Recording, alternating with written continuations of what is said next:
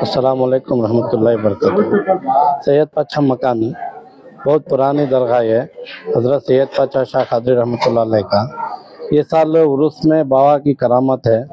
उन्होंने अंदर से सांस ले रही बाबा पहले से जो वजूद में ही इंशाअल्लाह उनकी करामत सबको भी मालूम है।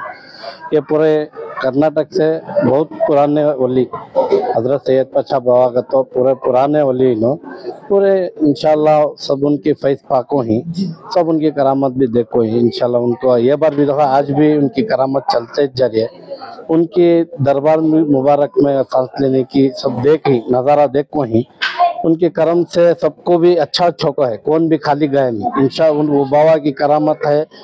उनकी फैज़ पाने के लिए कहाँ कहाँ से आते उन जो भी न्याज बनती वो पूरी मुराद पूरी कर ले को जाती वो उनकी करम है। इतने में सभी बोल रही सो वो बाबा के क्या भी पहले से क्या भी नहीं देखो ये साल उर्स में परसों उर्स चलिया उर्स में भी वैसा हुआ देखने में इंशाल्लाह। वो वीडियो भी कर को है वीडियो वो चुप चुप के काटने भी होता नहीं वो जो चलिया वो करामत वो दिखाना तो आदमी को दिखा रही आज भी अंख्या से देखो तुम ना सुना रही ನಮಸ್ತೆ, ನನ್ನ ಹೆಸರು ಜಮೀರ್ ಅಂತ ಹೇಳ್ಬಿಟ್ಟು ನಾನು ಸೈಯದ್ ಪಾಚಾ ಮಕಾನ್ ನಿವಾಸಿಯಾಗಿದ್ದೀನಿ. ಇದು ಬಂದ್ಬಿಟ್ಟು ಏನಕ್ಕಂತ ಹೇಳಿದ್ರೆ ಇದು ಮಾತಾಡ್ತಿರೋ ಸನ್ನಿವೇಶ ಏನಕ್ಕಂತ ಅಂದ್ರೆ ಮೊನ್ನೆ ನಮ್ಮ ಸ್ನೇಹಿತರು ನಮ್ಮ ಹಜರತ್ ಸೈಯದ್ ಪಾಚಾ ಶಾಹ ಕಾದ್ರಿ ರಹಮತುಲ್ಲಾ ಅಲೈ ಗೋರಿ ಉಸಿರಾಡ್ತಿದೆ ಅಂತ ಹೇಳ್ಬಿಟ್ಟು ನಮ್ಗೆ ವಿಡಿಯೋನ ಕಳಿಸಿದ್ರು. ಆಕ್ಚುಲಿ ನಾವು ಕಣ್ಣಾರೆ ನೋಡಿಲ್ಲ, ವಿಡಿಯೋ ನೋಡ್ಬಿಟ್ಟು ನಾವು ಇವತ್ತು ಅದೇ ಕಾರಣಕ್ಕೆ ಅನ್ನ ಸಂತರ್ಪಣೆಯನ್ನ ಕಾರ್ಯಕ್ರಮವನ್ನ ನಮ್ಮ ಕಮಿಟಿನವರೆಲ್ಲ ಸೇರಿ ಅದನ್ನ ನೆರವೇರಿಸೋಣ ಅಂತ ಹೇಳ್ಬಿಟ್ಟು ಇವತ್ತು ಸೇರಿದ್ವಿ. ಇವತ್ತು ಸೇರಿರೋ ಸನ್ನಿವೇಶದಲ್ಲಿ ಏನಾಗಿದೆ ಅಂತ ಹೇಳಿದ್ರೆ ಪೂಜೆ ನಡೀತಾ ಇತ್ತು.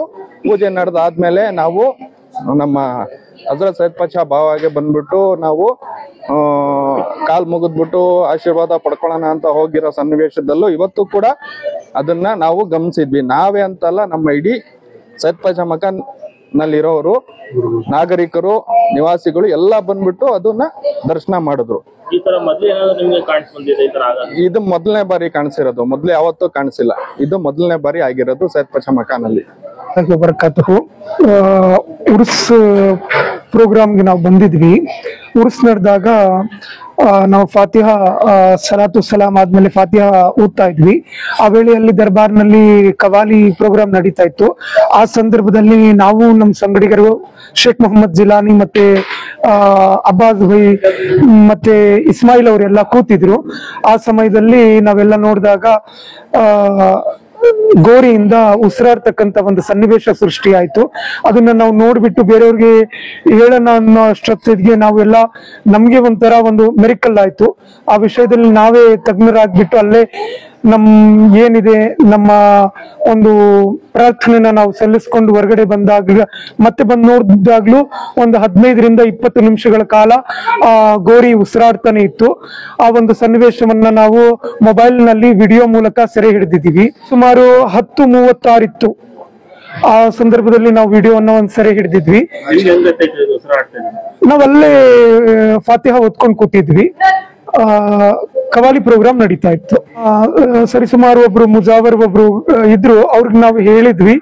ಅಬ್ಬಾಸ್ ಬೈರವ್ರಿಗೂ ನಾವು ಹೇಳಿದ್ವಿ. ತದನಂತರ ನಾವು ಅಲ್ಲಿಂದ ಫಾತಿಹಾವನ್ನು ಮುಗಿಸ್ಕೊಂಡು ಮನೆಗೆ ತೆರಳಿದ್ವಿ.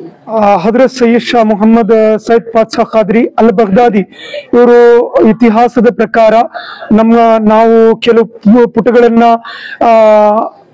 ಅಭ್ಯಾಸಿಸಿದ ನಂತರ ಸರಿಸುಮಾರು 280ರಿಂದ 290 ವರ್ಷದ ಹಳೆಯದಾದಂತಹ ಗೌರಿ ಸರಿಸುಮಾರು ಟಿಪ್ಪು ಶಹೀದ್ ಅಲಿ ರಹಮಾನ್ ಅವರ ಕಾಲ ಗಣನೆಗೆ ಇವರು ಜೀವಿಸಿದ್ದಂತಹ ಒಂದು ಕಾಲಕ್ಕೆ ಇವರ ಸಾಲು ಸರ್ದಿಗೆ ಸೇರ್ಪಡೆಯಾಗುತ್ತೆ.